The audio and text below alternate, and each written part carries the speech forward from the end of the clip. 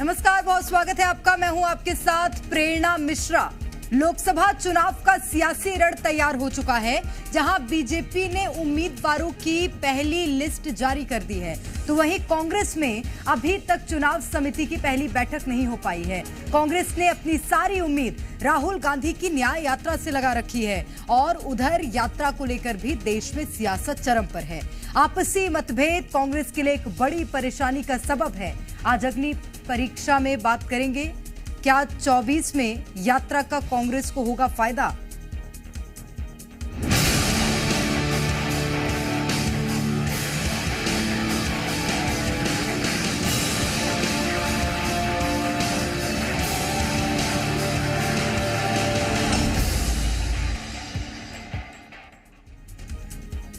तो लोकसभा चुनाव को लेकर तैयारियां जोरों पर हैं। बीजेपी कांग्रेस ने लोकसभा के रण के लिए अपनी कमर कस ली है, जहां बीजेपी ने लोकसभा के प्रत्याशियों की अपनी पहली लिस्ट में मध्य प्रदेश की 24 सीटों पर उम्मीदवारों की घोषणा कर दी है। तो कांग्रेस अभी तक राहुल गांधी की न्याय यात्रा के जरिए अपनी खोई हुई सियासी जमीन पाने की कोशिश करती नजर आ रही है। मध्य प्रदेश में राहुल की भारत जोड़ो न्याय यात्रा का आज दूसरा दिन है। मुरैना में अपने रोड शो के बाद राहुल गांधी का यात्रा का ग्वालियर में जोरदार स्वागत किया गया, जहां राहुल गांधी ने रोड शो किया और सभा को संबोधित भी किया। इस दौरान राहुल गांधी सभी वर्ग के लोगों से संवाद भी कर रहे हैं। सिर्फ ये बात बोली कि भैया अगर आप इनका 16 लाख करोड़ माफ कर सकते हो तो इनका भी 1 लाख करोड़ माफ कर दो। उसमें क्या मतलब क्या बड़ी गलती है? नहीं, पार्लियामेंट में जवाब आता है। पार्लियामेंट में जवाब आता है, राहुल जी हम किसानों की आदत नहीं बिगाड़ना चाहते। अच्छा, तो किसानों की आदत नहीं बिगाड़ना चाहते मगर अडानी की आदत बिगाड़ना चाहते हो। तो ये तस्वीरें आपने देखी। राहुल गांधी का भव्य स्वागत किया गया, उन्होंने सभा को संबोधित किया और इस दौरान राहुल गांधी सभी वर्ग के लोगों से संवाद भी कर रहे हैं। युवा, महिला, किसान सभी वर्ग को साधने के लिए राहुल गांधी सबसे 1-to-1 चर्चा कर रहे हैं।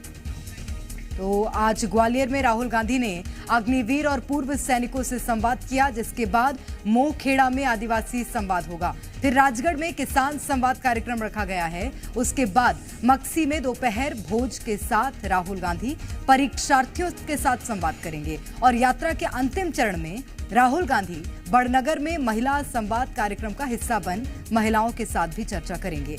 एक तरफ कांग्रेस राहुल गांधी की भारत जोड़ो न्याय यात्रा के जरिए अपनी खोई हुई राजनीतिक जमीन पाने की कोशिश कर रही है। लोकसभा चुनाव से पहले कांग्रेस न्याय यात्रा निकालकर जनता को साधने की कोशिश कर रही है, तो बीजेपी राहुल गांधी की यात्रा को बस राहुल को लॉन्च करने की यात्रा बता रही है।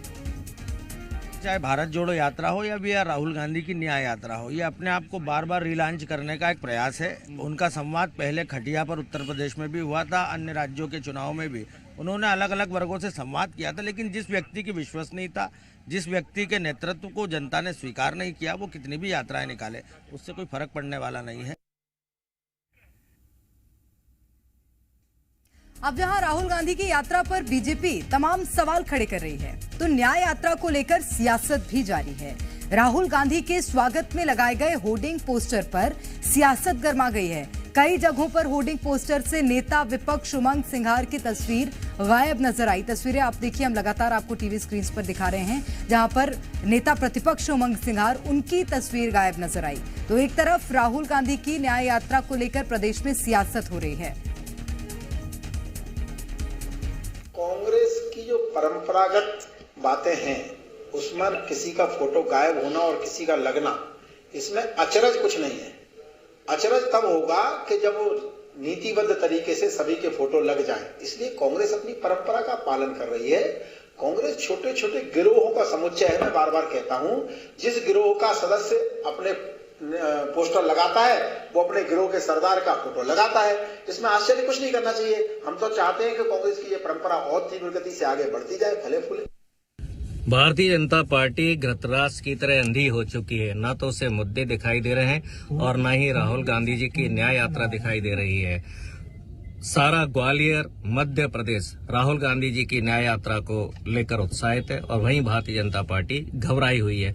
कभी कहती है पोस्टर पर इस नेता का फोटो नहीं है, कभी उस नेता का फोटो नहीं है।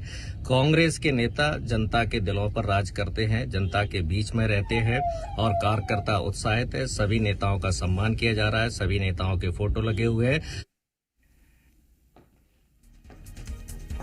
और बढ़ते हैं आगे। एक तरफ राहुल गांधी की न्याय यात्रा को लेकर प्रदेश में सियासत चरम पर है, तो इधर ग्वालियर में यात्रा के दौरान कांग्रेस कार्यकर्ताओं और सुरक्षा बलों के जवानों के बीच जोरदार धक्का मुक्की देखने को मिली है। राहुल गांधी इस यात्रा के जरिए तमाम वर्गों के हक की बात कर रहे हैं और कांग्रेस कार्यकर्ता सुरक्षा बलों के साथ धक्का मुक्की करते नजर आ रहे हैं।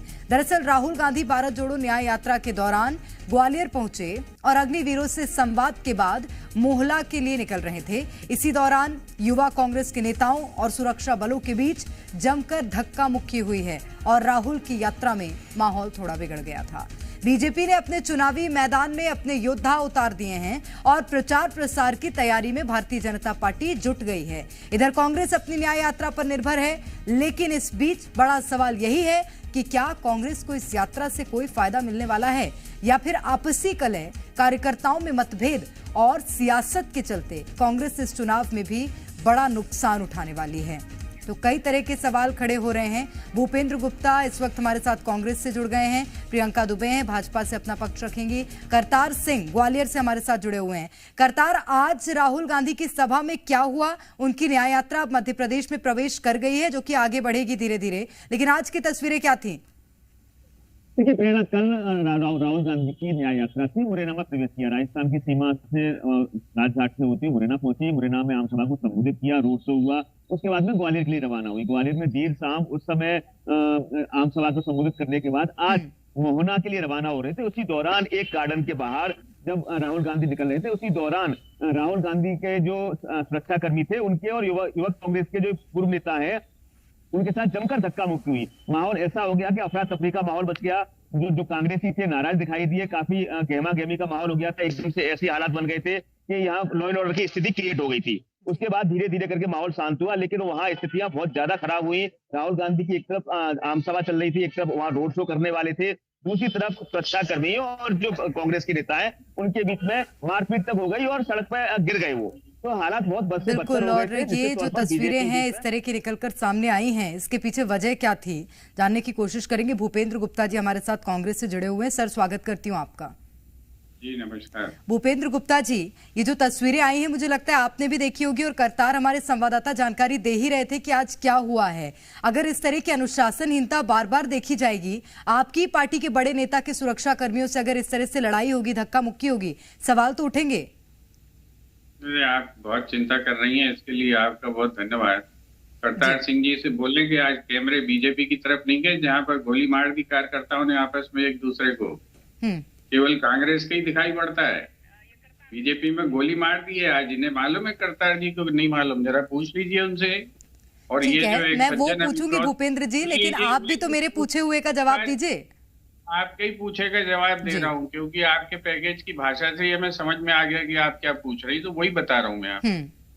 ये जरा ये पूछ लीजिए, अभी गोली मार दी है आज वहां पर बीजेपी के कार्यकर्ताओं ने आपस लड़ाई में। भूपेंद्र गुप्ता जी, आपकी पार्टी से लगातार इस तरह की तस्वीरें सामने आ रही हैं, जवाब नहीं देना कहाँ तक सही? आप उस बात का जवाब दीजिए ना, मैं करतार से पूछ लूंगी। वो हमारे संवाददाता है, वो फील्ड पे रहते हैं, उन्हें पता है क्या होता है। सर, फील्ड पे पता है तो बोलिए ना। उसकी भी भूपेंद्र गुप्ता जी, आप मेरे सवाल का जवाब दे नहीं रहे। बहस करने के लिए मैंने आपको यहाँ पर नहीं बुलाया सर, मैं लौटूंगी आपके पास। प्रियंका जी हमारे साथ जुड़ी हुई है, भारतीय जनता पार्टी से अपना पक्ष रखेंगी। प्रियंका जी, एक तरफ आज ये जिस तरह से राहुल गांधी की सभा के बीच धक्का मुक्की हुई, वहीं अब भूपेंद्र गुप्ता जी भी सवाल पूछ रहे हैं, बीजेपी में भी इस तरह की तस्वीरें सामने आई हैं। देखिए, जिस तरीके से मुझे जानकारी में वास्तविक तौर पे मैं भी बताऊं कि जिस तरह की जो घटना की बात कर रहे हैं, अगर इस प्रकार की कोई घटना हुई है तो वो निंदनीय है। और इस प्रकार की घटनाएं किसी भी स्थान पर किसी भी व्यक्ति विशेष के द्वारा अगर की गई है तो उसके अगेंस्ट में जो भी कानूनी कार्रवाई होती है वो निश्चित तौर पे की जाएगी। जीरो टॉलरेंस की पॉलिसी है गवर्नमेंट की, तो वो शायद फिर हमारा आपके कार्यकर्ता भी प्रियंका जी अगर इस तरह से आपस में लड़ेंगे, आप तो सत्ताधारी दल हैं। वही मैं कह रही हूँ कि इस प्रकार की अगर घटना हुई है तो वो निंदनीय है और उसके ऊपर सख्त से सख्त कार्रवाई की जाएगी, क्योंकि ये घटना जीरो टॉलरेंस सरकार के अंतर्गत बिल्कुल नहीं होनी चाहिए। और अगर ऐसी होती है तो मैं सार्वजनिक मंच के तौर पे इस बात की जिम्मेदारी लेती हूँ कि सरकार उनके ऊपर भी वही कानूनी कार्रवाई करेगी जो एक आम नागरिक के लिए या किसी भी अपराधी के लिए होती है। सभी के लिए कानून समान है और सभी के लिए उसकी व्यवस्था की गई है। इसमें किसी भी प्रकार का मैं लौट रही हूँ। भूपेंद्र गुप्ता जी कुछ बोल रहे हैं, सर बोलिए। की गाड़ी लूटने वालों बच्चों पे क्या कार्रवाई हुई? आपकी सरकार तो भूपेंद्र गुप्ता जी, एक बात तो है सर, आपको अपनी पार्टी की जानकारी हो ना हो, बीजेपी की जानकारी जरूर होती है। मैं आपसे कांग्रेस का सवाल कर रही हूँ, आप बार बार सवाल घुमा के बीजेपी में ले आ रहे हैं। एक आदमी जो आप मुझे मेरे सवाल का जवाब दीजिए ना, ये कहाँ अनुशासनहीनता कहाँ तक सही है आपकी पार्टी में? हमारी बात बिल्कुल सही है, हमारी पार्टी सही काम कर रही है। 40% वोट पर हम खड़े हैं और आप लोग कितनी भी मेहनत कर रहे हैं, इनके लिए भारतीय जनता पार्टी को कोई फायदा नहीं होने वाला है। कौन मेहनत कर रहा है सर? आप ही लोग तो कर। हम मेहनत अपने लिए कर रहे हैं। सबसे पहले मैं आपको ठीक कर देती हूँ भूपेंद्र गुप्ता जी, इस जगह पर ये सही नहीं है जिस तरह से आपने अभी मेरे सवाल का जवाब दिया, और मुझे लगता है मेरे सवाल का जवाब मिला भी नहीं है मुझे। प्रियंका दुबे जी से मैं सवाल करना चाहूंगी। प्रियंका दुबे जी, एक और राहुल गांधी की न्याय यात्रा चल रही है और उस क्षेत्र में चल रही है जहां एक समय पर कांग्रेस का अच्छा खासा दबदबा हुआ करता था। इस यात्रा के बाद क्या प्रभाव पड़ेगा बीजेपी पर, बीजेपी के वोट बैंक पर, यह भी बताइएगा। देखिए, अगर हम बात करना चाहें तो भारतीय जनता पार्टी अपने किए हुए वादों के अनुसार सरकार बनाने के लिए आज तटस्थ है।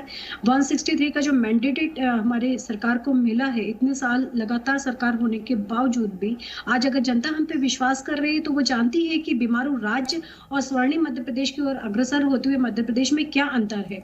तो इसलिए मैं बिल्कुल आश्वस्त हूँ कि इस प्रकार की ड्रामेबाजी से, इस तरह की कलह करने से या गुमराह होने से अब जनता गुमराह नहीं होने वाली है। जनता जानती है कि उसका हित कायम है, जनता के लिए किसने कार्य किया है, कौन तटस्थ होकर के अपने वादों को पूरा कर रहा है और किस तरह से वो अग्रसर है।